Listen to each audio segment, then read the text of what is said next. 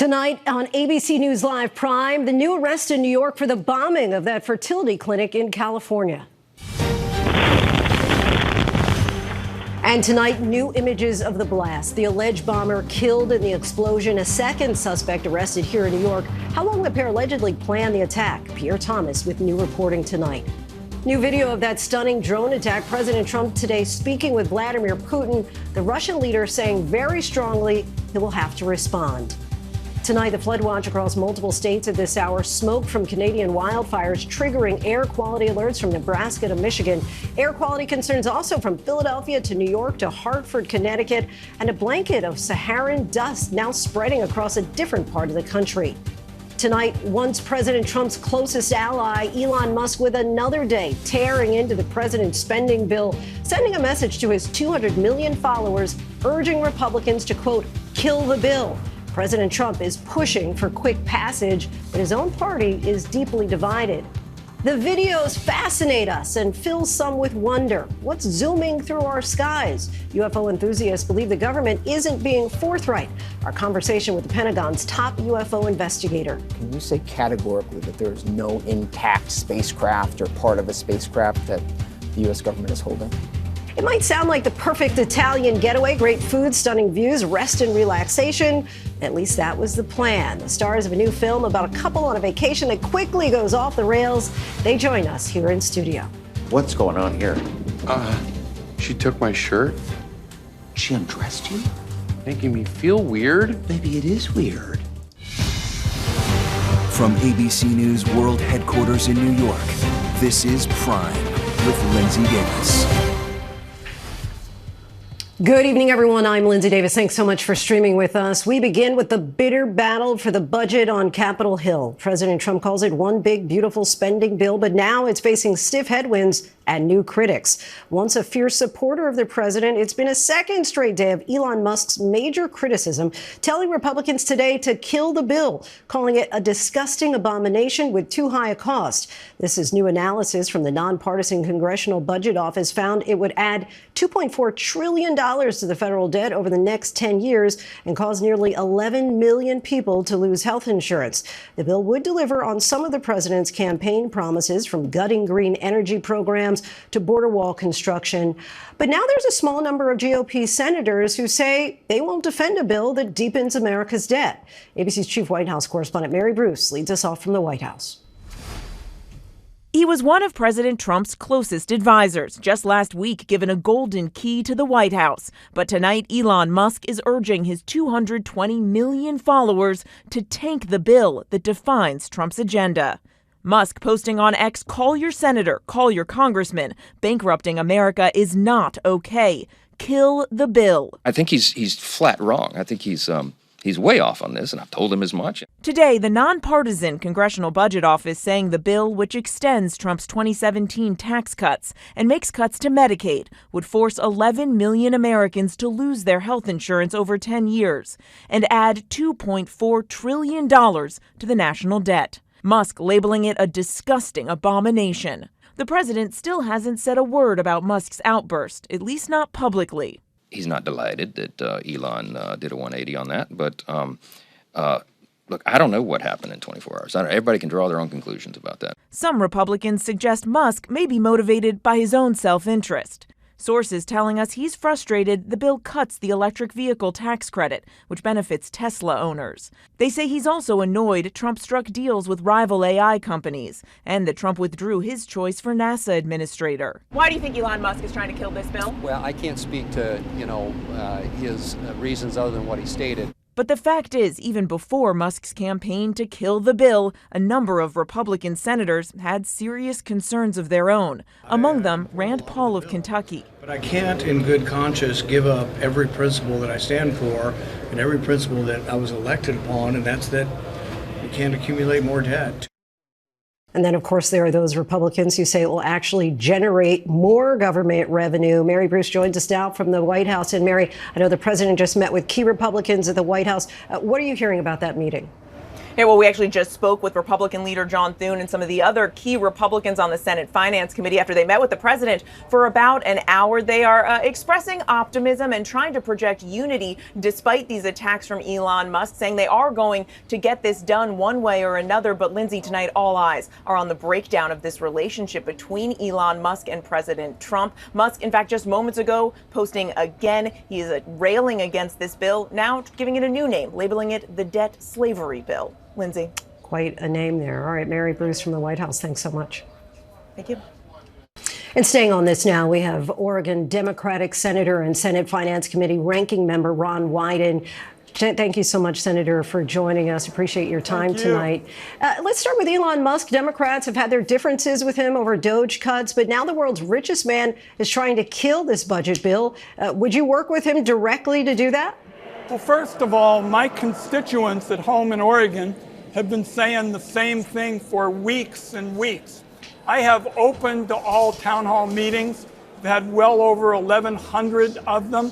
Republicans don't do that sort of thing, and I can tell you my constituents have been saying that this is a bad bill coming out of the House. You know, legislation is really about choices, and the Republicans have made their choices. It's basically they're willing to roll up big deficits and help the people at the very top. We're concerned about affordable health care, energy prices that are reasonable, and making sure working people can pay the bills.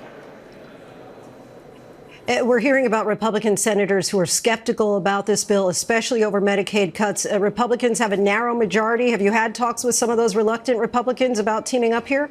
I have, and the fact is we've done bipartisan health care efforts in the Finance Committee in the past. For example, reining in the PBMs, these pharmaceutical benefit managers that are price gouging. But the reality is the House of Representatives didn't want to do that. They wanted to give the brakes to the people at the top and pay for it by generating revenue by cutting folks of modest incomes. It's too bad because my record has always been about bipartisanship in health care. They just haven't been interested.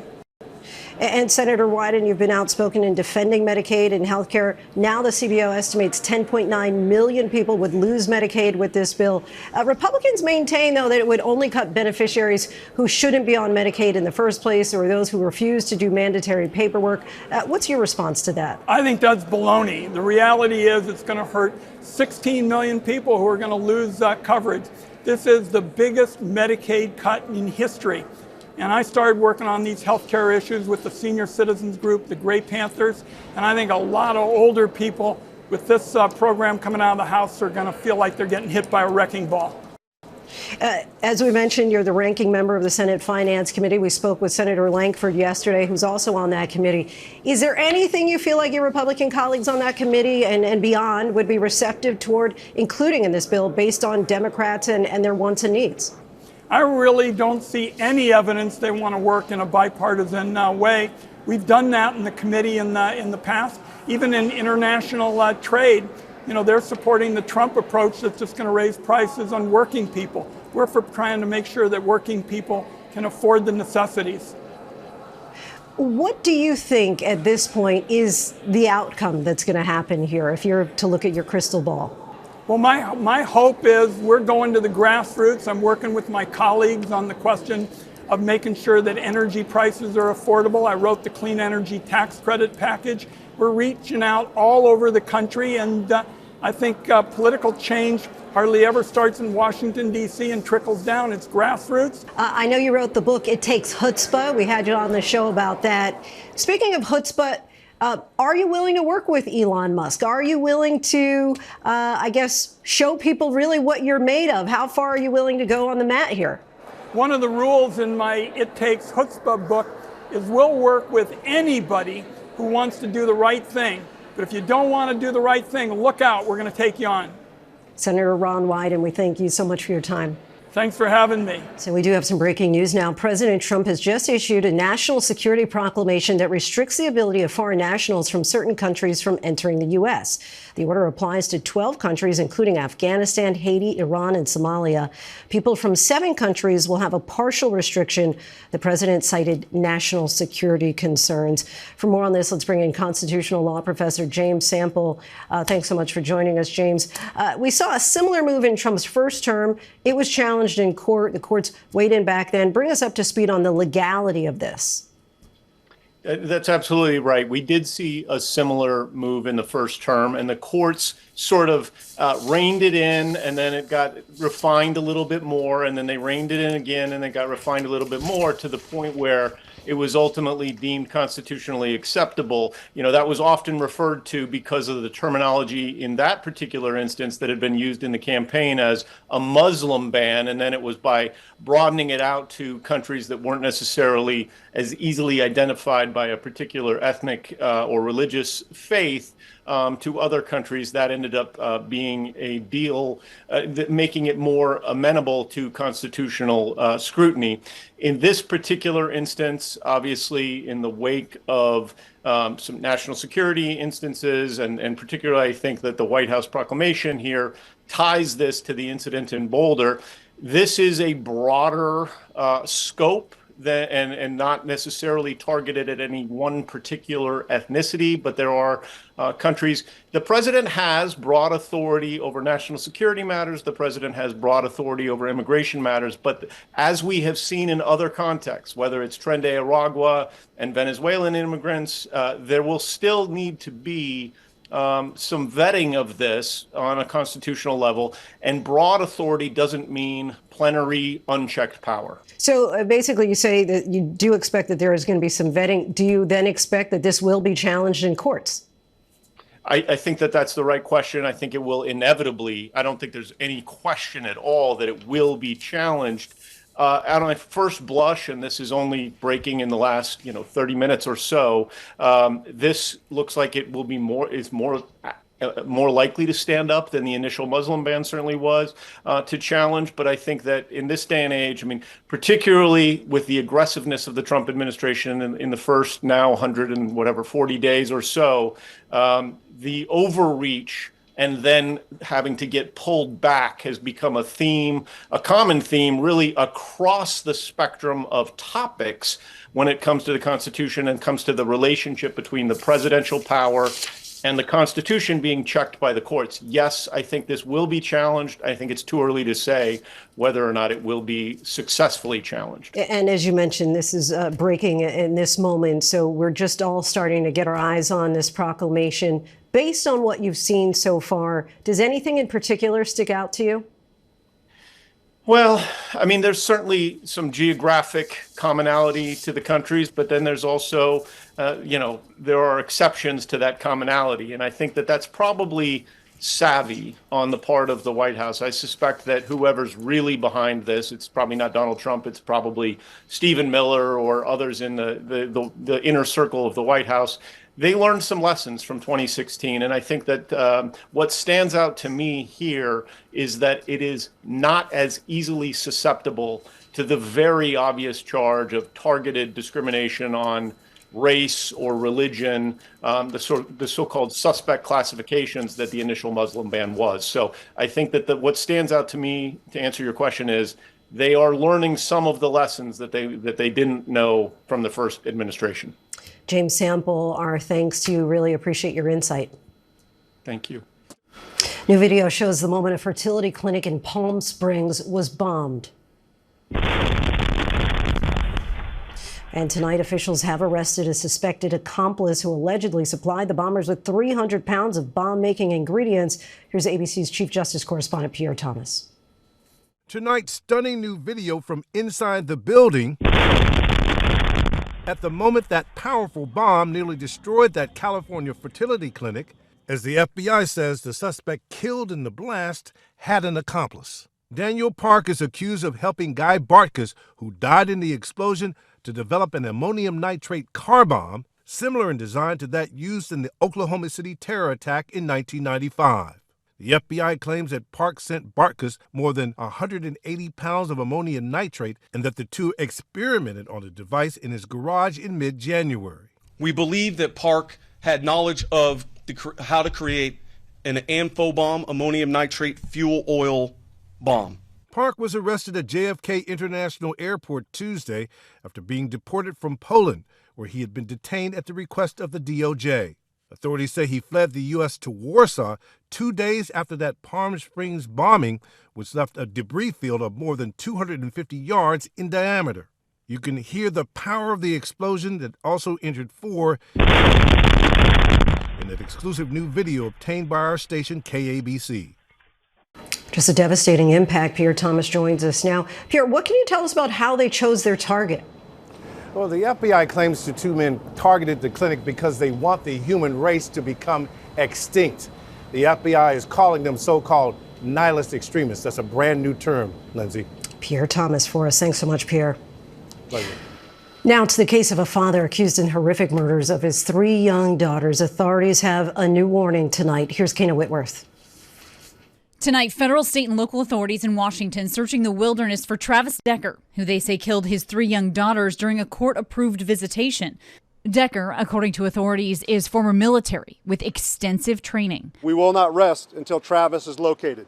On Friday, their mother, Whitney, reported 5-year-old Olivia, 8-year-old Evelyn, and 9-year-old Peyton missing after they didn't return from a planned visitation with Decker, who, according to court documents obtained by ABC News affiliate Como, was not authorized to have overnight visits with the girls and was experiencing mental health issues. But authorities say there had been no prior issues with visitation. There were reported concerns of Travis being homeless and financially stressed recently. Whitney was clear that during the exchanges that had occurred in the past, that Travis was very communicative with her in any deviations from the parenting plan.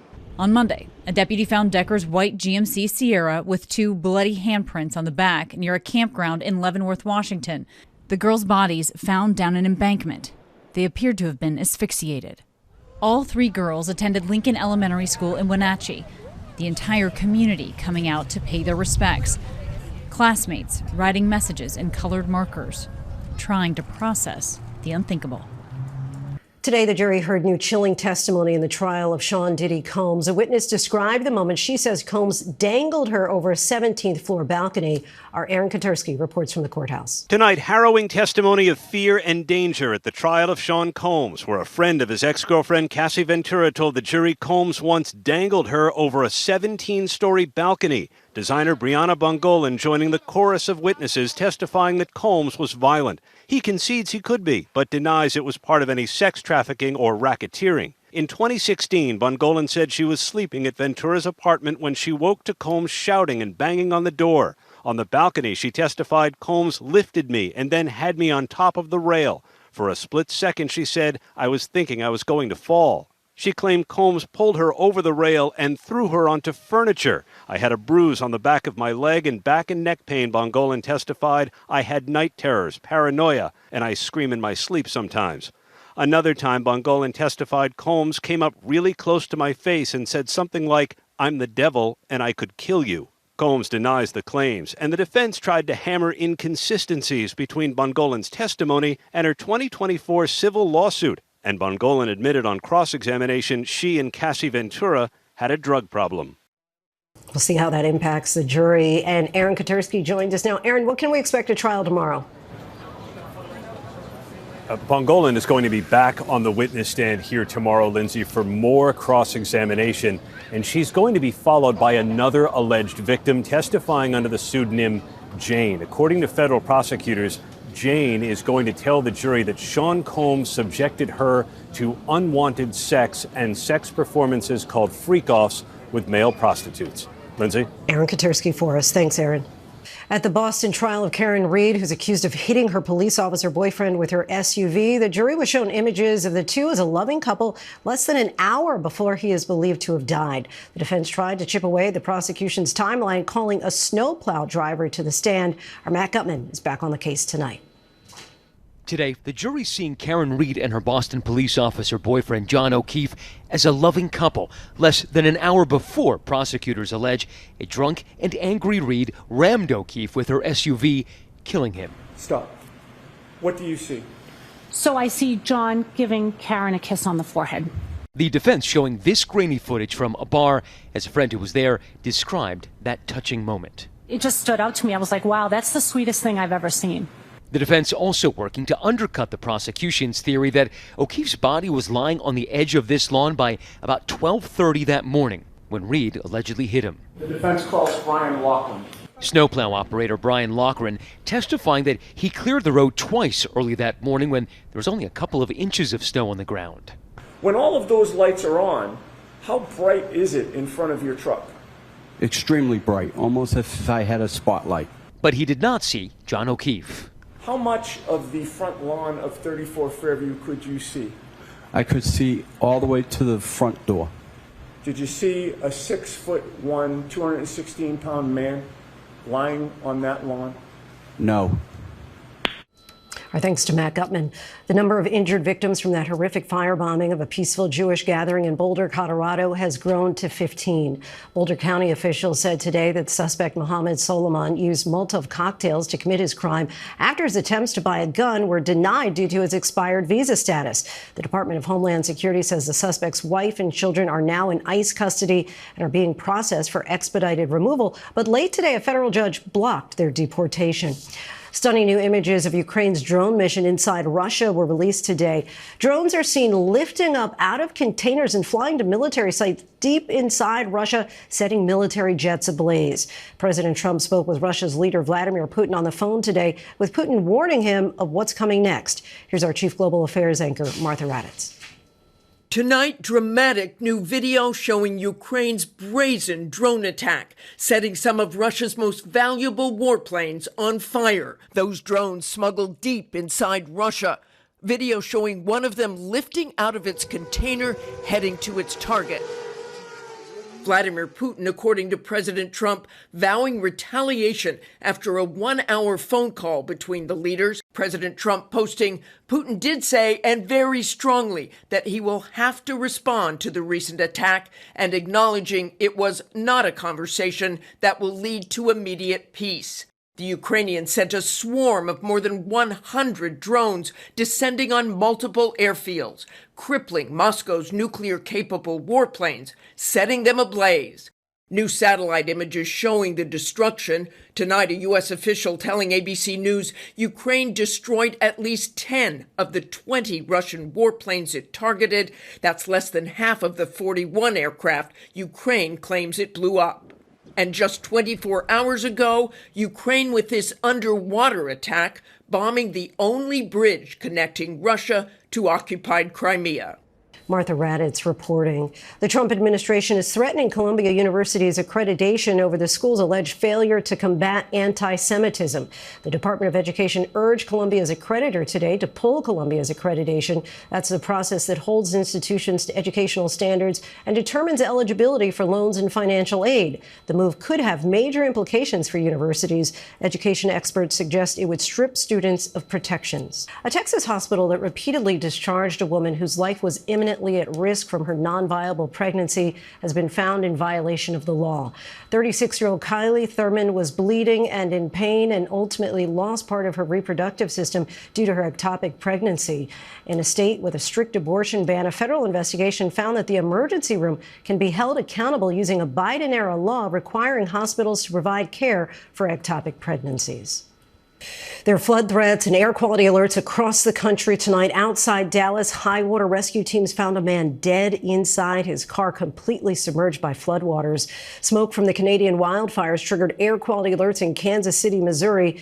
Our chief meteorologist, Lee Goldberg, from our New York station WABC, is tracking it all for us once again. Hi, Lee. Hi, Lindsay. And we have air quality alerts from the upper Midwest to the Northeast, but for different reasons. Of course, it's the wildfire smoke that's pouring into the upper Midwest. So the alerts go from Des Moines up to Chicago, Milwaukee, and Green Bay, and there'll still be some smoke there tomorrow. Poor air quality because we have a stagnant air mass in the Northeast, so unhealthy air levels into tomorrow. We track the smoke, and for tonight, Iowa into Wisconsin, UP and Michigan. Tomorrow, it's a smoky day in Chicago. Hazy skies as we go into the Northeast, but you can see overall it's definitely thinning out.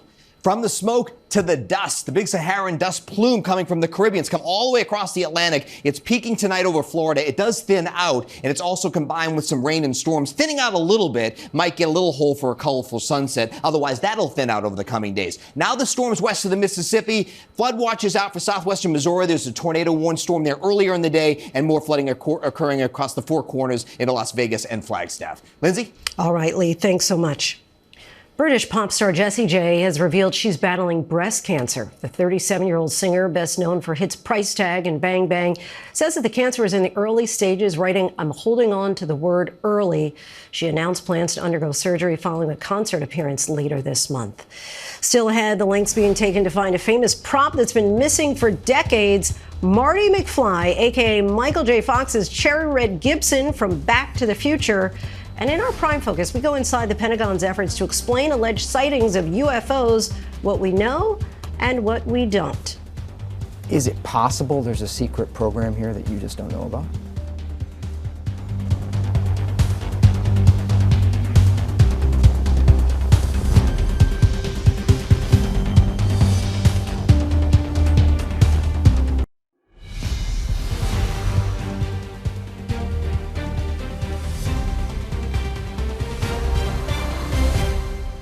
Welcome back, everyone. You've probably seen some of the mysterious videos, unidentified objects appearing to zoom through the sky, defying physics. We're talking, of course, about UFOs, or as the government calls them, unidentified anomalous phenomena. President Trump took office vowing radical transparency across the board, and that has UFO investigators hoping the government will be more forthcoming about any secret information related to potential non-human intelligence and advanced threats. So what do we know right now, and are we any closer to solving hundreds of cases that have captivated public interest and fueled conspiracy theories for years? In tonight's Prime Focus, our Devin Dwyer took those questions to the Pentagon's top UFO investigator.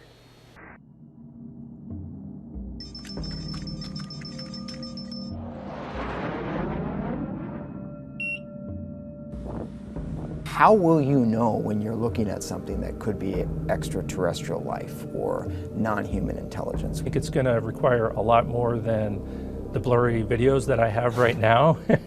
The videos have fueled our fascination.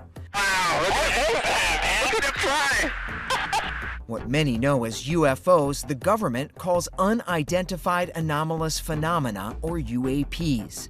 Oh my gosh, dude. Wow. More than 1,800 reviewed by the Pentagon since 2022. Objects like this one, a sign of life beyond Earth? Or could it be a cutting-edge technology developed by an adversary? It's a potential problem, a national security problem, a safety of flight issue. Potential non-human intelligence. Perhaps. John Kozlowski is the top U.S. official tasked with investigating UAPs. You've been solving problems for years in your career. Are these some of the toughest problems you've had to tackle as a scientist? They are. Kozlowski leads the Pentagon's All-Domain Anomaly Resolution Office, created by Congress 3 years ago to detect, identify, and attribute mysterious objects of interest in the air, in outer space, and even underwater.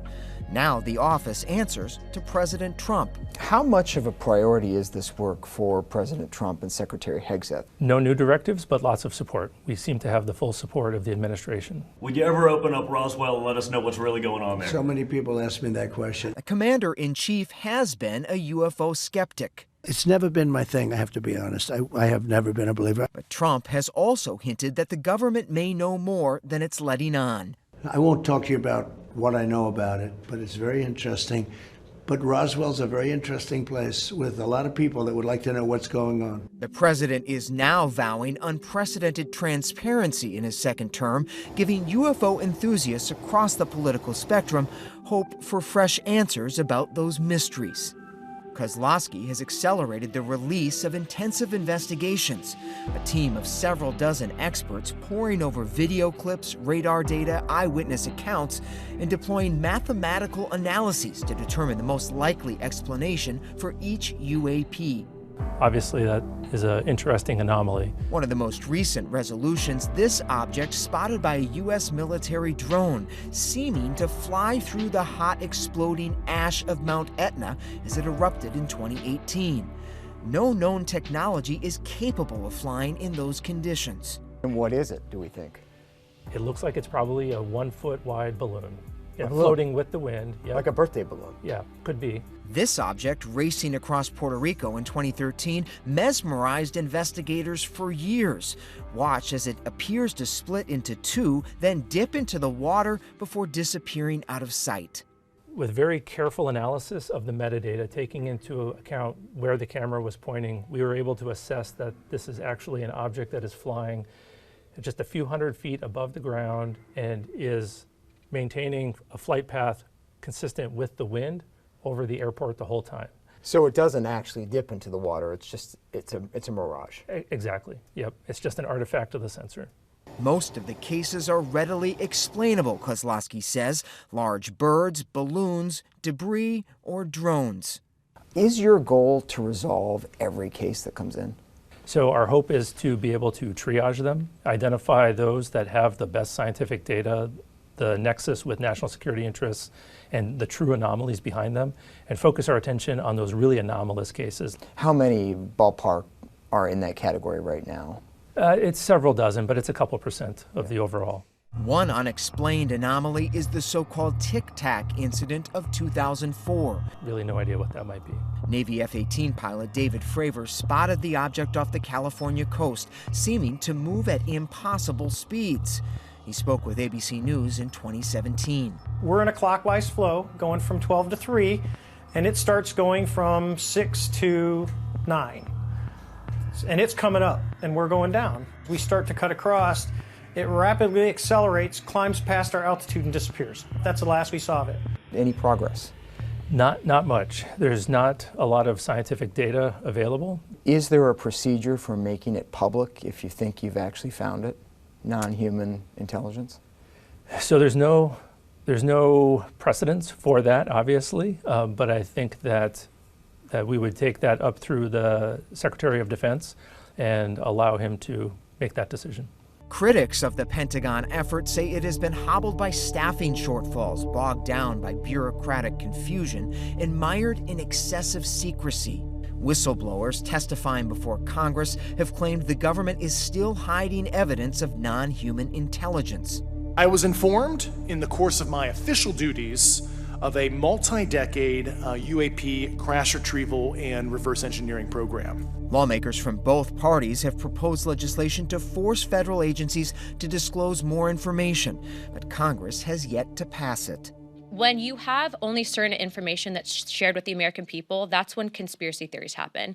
And it's in my opinion that conspiracy theories can be detrimental. The issue is when we mix secrecy with a stigma, and that we create such a stigma around a phenomenon that it becomes difficult, if not impossible, for agencies, for academics, for people to look at the issue seriously. Mike Gold is a former associate NASA administrator who served on the agency's UAP independent study team.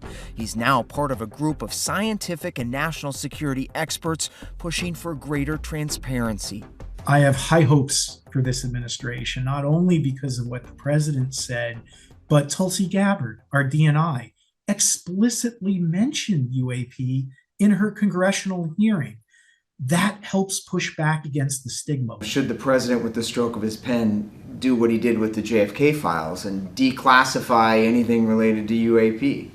I would applaud an executive order to declassify information relative to UAP. Gold says he's been urging Congress to support more aggressive analysis of troves of existing government data. If we study UAP, not only can we help with national security, and even if we don't discover something exotic, what's the worst case scenario? We discover an incredible new physical phenomena. Last year, the Pentagon completed a historic review of 80 years of records related to unidentified anomalous phenomena and concluded there is no evidence that any U.S. government investigation, academic-sponsored research, or official review panel has confirmed that any sighting of a UAP represented extraterrestrial technology. You confident in that? Yeah, that stands true. Can you say categorically that there is no intact spacecraft or part of a spacecraft that the U.S. government is holding? I have not been able to corroborate any of those claims. Is it possible there's a secret program here that you just don't know about? Anything's possible. Keeping an open mind and an open door as the Pentagon team investigating unidentified anomalous phenomena faces growing calls for answers. So many eager to know. Our thanks to Devin Dwyer for that. Coming up, the search is on for a famous guitar seen in the movie Back to the Future. And the craze for the toy made overseas that resembles a gremlin. We take a look by the numbers. Welcome back, everyone. As the American toy industry suffers from Trump's tariffs on China, there's one Chinese-made accessory that seems to be tariff-proof. Soft plushies that resemble gremlins. They are called Labubus. They are seeing a surge in popularity. Let's take a look at the Labubu craze by the numbers. These bright-eyed charms with razor-sharp teeth are driving huge sales for China-based toy maker Pop Mart. Their revenue in America grew nearly 900% last year, according to Citigroup research estimates. Labubus generated about $410 million in revenue for Pop Mart in 2024, not to mention long lines and even overnight campers outside their stores. Most of the Labubus retail for about $20, but some are resold for more than $1,000. Yes, that's for a plushie toy no taller than 20 inches. With a market cap estimated at $34 billion, their popularity is outpacing Sanrio, Hasbro, and Mattel combined. While many U.S. toy makers warn of huge hits to their profits, even bankruptcy, Pop Mart saw revenue increase 9 times in the first quarter, and North America is now their fastest growing region. Labubu mystery boxes, where a buyer doesn't know which figurine is inside, reached such popularity in China that they banned their sale to kids younger than 8 years old and require a guardian's consent for older kids. Whether or not you think they're cute, the Labubu craze is dominating handbags and collector shelves worldwide. Coming up, after a week of mixed messages from the government over vaccine recommendations, a CDC official overseeing COVID vaccines has resigned. Why, she says she could no longer stay in the role. And a horror movie, but make it funny. The stars of I Don't Understand You, the story of a dreamy Italian vacation gone horribly wrong. They join us. Stay with us.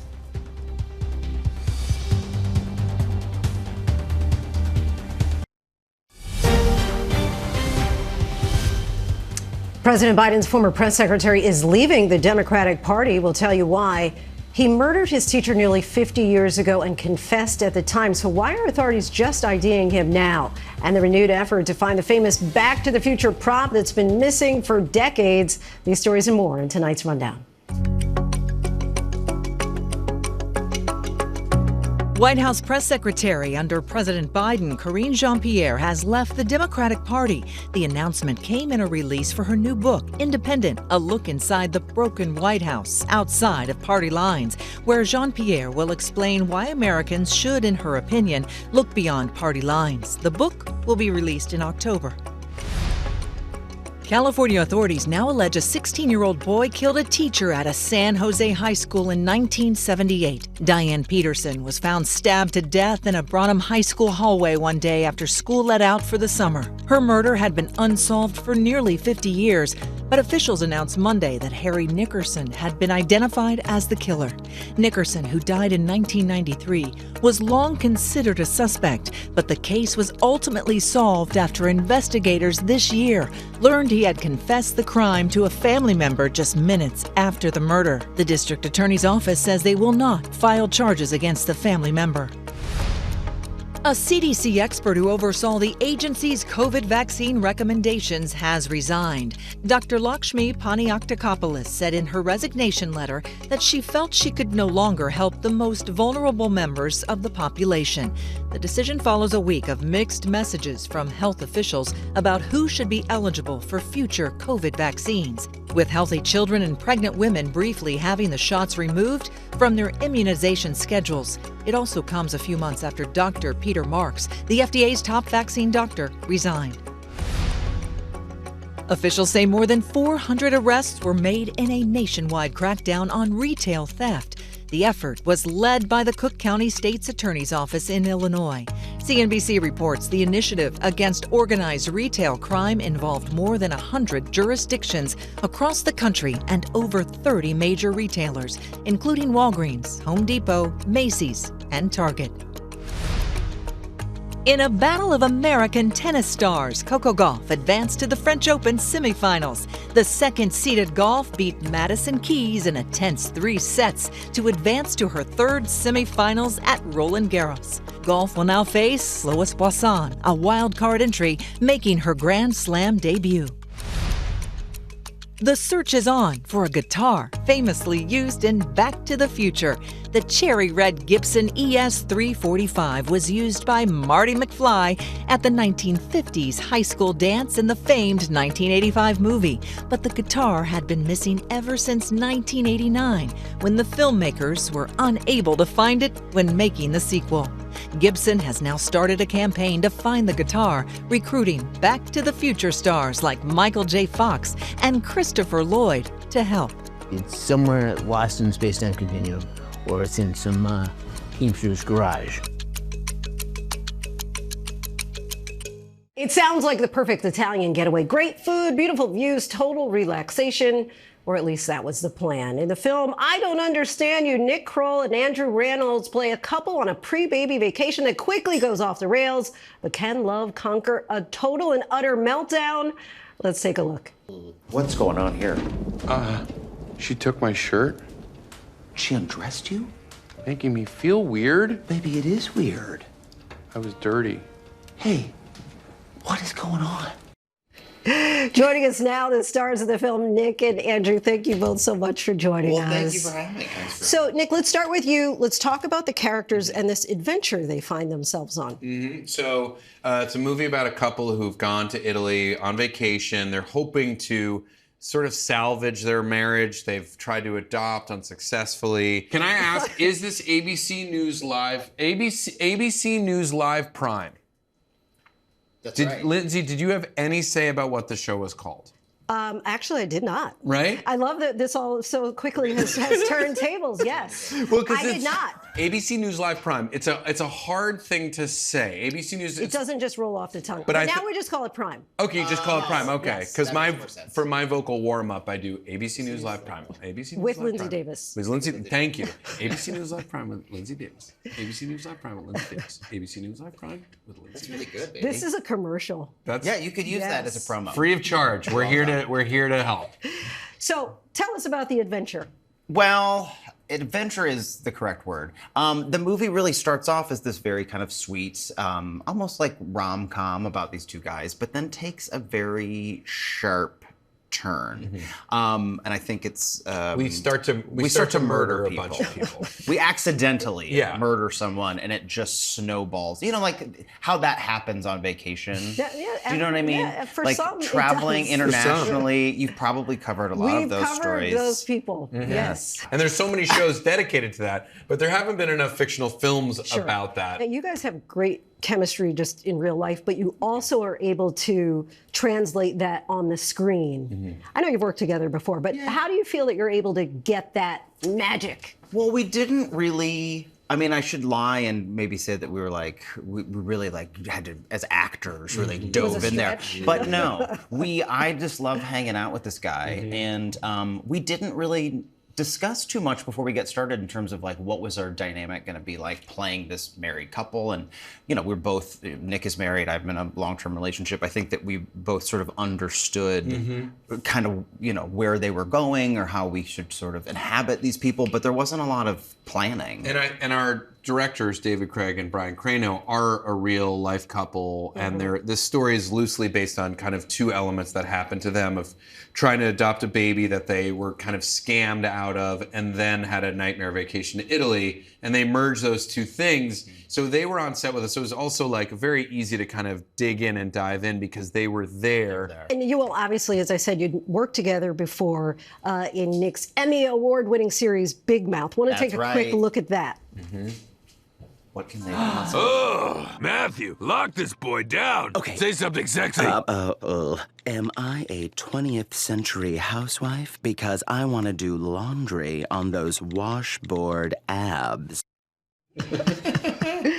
Very funny. That was actually 8 seasons long. How does Yeah. it feel to close that chapter? It was sad in a lot of ways. I loved getting to be a little part of that show, and Nick created such a hilarious and very heartfelt series that I think when it started, I didn't predict 8 years to do. I predicted 12, so 8 is a massive disappointment. It's a massive disappointment. Yeah, I'm sorry to bring that up. Yeah, thanks for kind of twisting the lemon right on top of an open wound.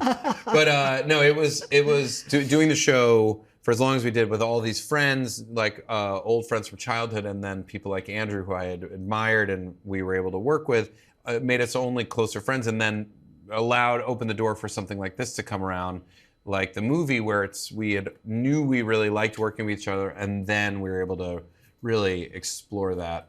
And to go to, go to Rome to shoot this movie in Rome was like, although I will say that like we got to a point where it was like enough with the pasta. Enough with the beautiful architecture and history. Like, we get it, it's old. Yeah. You guys are such a fun duo. I really appreciate you coming on the show. Thank you very much. I Don't Understand You hits theaters June 6th, and the final season of Big Mouth is streaming now on Netflix. On this global running day, our Danny New has the story of a runner who is going the distance on the track and as a mother.